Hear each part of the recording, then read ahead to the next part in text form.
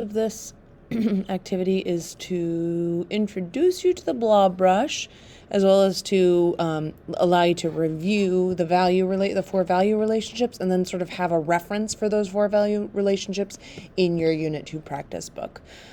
So we're going to start. I've opened my Unit 2 practice book, and I have a blank artboard here. I'm going to label this ValueQuickie, and you can resize that if you want. I like to have it resized. And I'm actually going to change the type because that's just who I am. Then I'm going to make some others. I want to make a label for each value relationship. So low contrast. Let's make that bigger. Make it 30. I'm being all particular here, but you don't need to be. So low contrast, and then high contrast,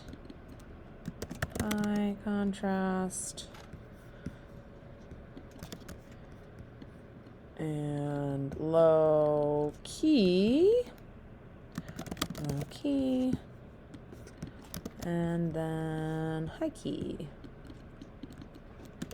high key.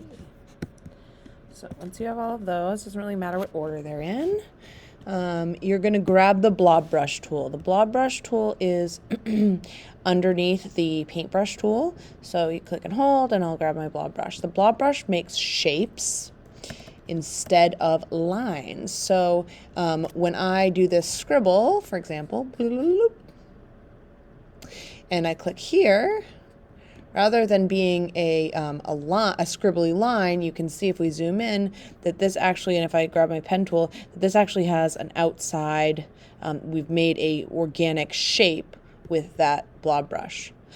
So when you're originally creating blobs with the blob brush, you want to make sure that your outline is selected. Now that the shape is made, I can change it. But if I were to just grab the blob brush, I would want to make sure that when I'm making a new one, that the stroke is what I'm selecting. So I'm going to open my swatches here, and swatches has some pre-selected colors. It also has a bunch of grays here, and these are percentages of black. So it goes 10, 20, or 5, 10, 20, 30, 40, 50, 60, 70, 80, 90, 100. 100% black, of course, is black, and 5% looks almost white.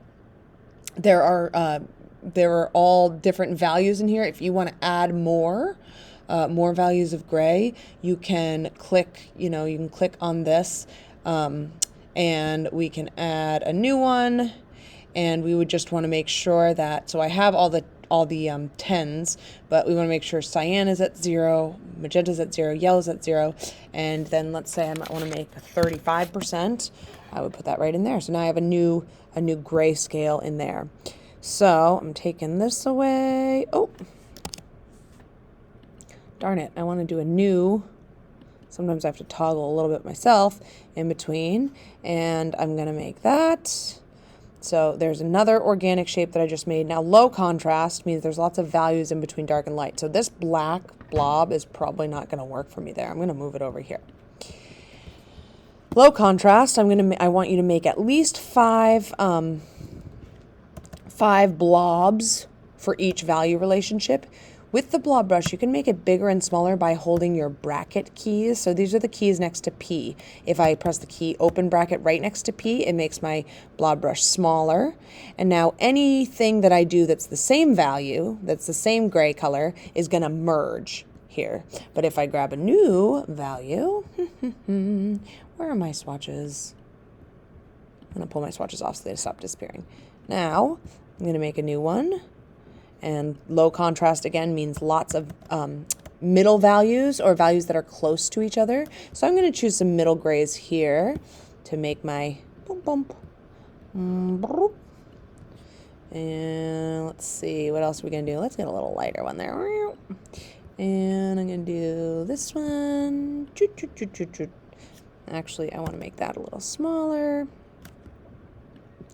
So here's my low contrast. So I have a lot of different values of gray, middle values, and I'm going to stop the video here, but basically you're going to do the same for high contrast, which is big jumps in between dark and light. So there you might want to stick to either end of the spectrum. High key is mostly light and low key is mostly dark. So you'll want to make all of those value relationships, and then you're going to save, as we always do. We're not going to put this one on our website. You're just going to put it on the classroom. So you only need to do the file, save a copy as a PDF, and that will just go right on the classroom.